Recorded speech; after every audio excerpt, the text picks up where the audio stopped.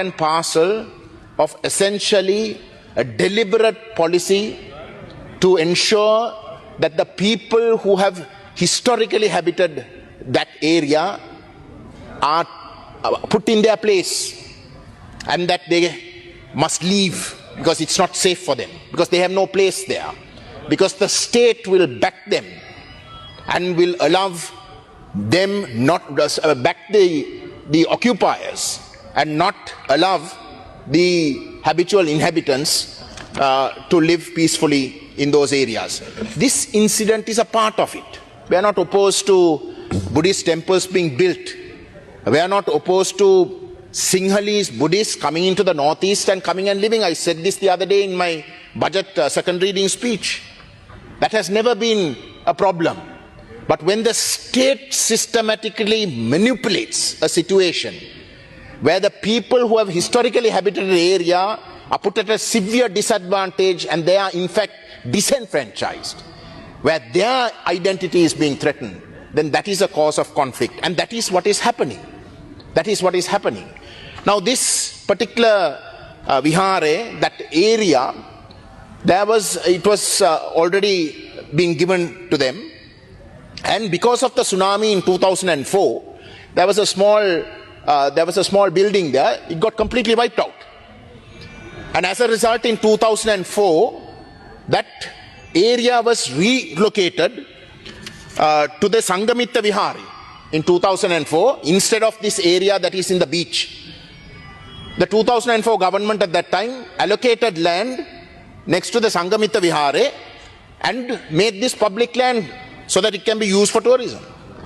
Then in 2014, under the Mahinda Rajapaksa government, despite the fact that these lands, alternate lands was allocated because that area was declared a high-risk zone soon after the tsunami, and for nearly, if my information is correct, in Trincomalee, nearly 300 meters, the Coastal Conservation Department has got the authorization not to allow any buildings to be built for 300 meters from the coastline. And because of that, they were given alternate land. But in 2014, the Mahinda Rajapaksa government again allocated land to this vihare. And that was just kept quiet.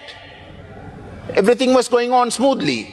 And then last week, there was a tuck shop that was going to be built. And as a result, the Coast Conservation Department took the vihara authorities to court, saying that that structure was illegal. And the relevant legal representations wanted 1 week's time until they get it sorted out, until they get the full brief. And in the meantime, this incident has taken place. So this is the background. When there was no ethnic issue there, it was the Coastal Department that went in and took certain steps, legal steps. Then it is made an ethnic issue, and it is made a racist issue, and all hell breaks loose. Now it is in that backdrop, Honourable Presiding Member, that the Honourable Minister Ananda Vijayapala was approached by several people yesterday. And to his credit, yesterday, whatever decisions that were taken was something that was correct.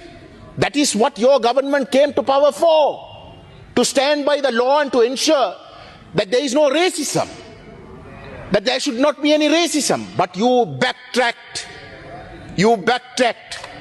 And today that same minister shamefully comes to this house and lies and says that that decision was taken yesterday purely to protect that statue. Now, Honourable Presiding Member, where the Ministry of Justice comes in here is this ministry has the responsibility to ensure that racist acts of the past are done away with. That racist mistakes of the past that led to tensions that were deliberately done soon after the war to exacerbate situations, to ensure that colonization projects can take place at a pace, Those steps must be reversed. That is where the Ministry of Justice must come in. You are, at the end of the day, the ministry that must prevail if justice is to prevail. And your steps must not be to give in to pressure. Because that pressure is coming from a significant minority in today's context. If you are to take your mandate seriously, that racist attitude was defeated promptly. 159 members got elected for you all on the basis that you all won't act the same way that they did. But today what you have done is that you have capitulated. No, instead what you must do is you must go to the Sinhala people. The Sinhala people didn't oppose it yesterday when those actions were taken. Who opposed it? Goons from the outer skirts of Trincomalee district were brought in. One of our members of parliament were assaulted by those very same goons. There are cases against those people.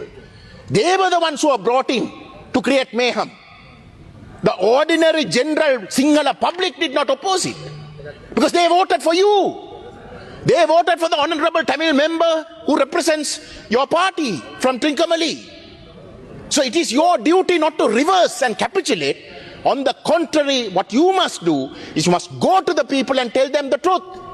You must explain to them what is right. You must explain to them that what an injustice that has been done.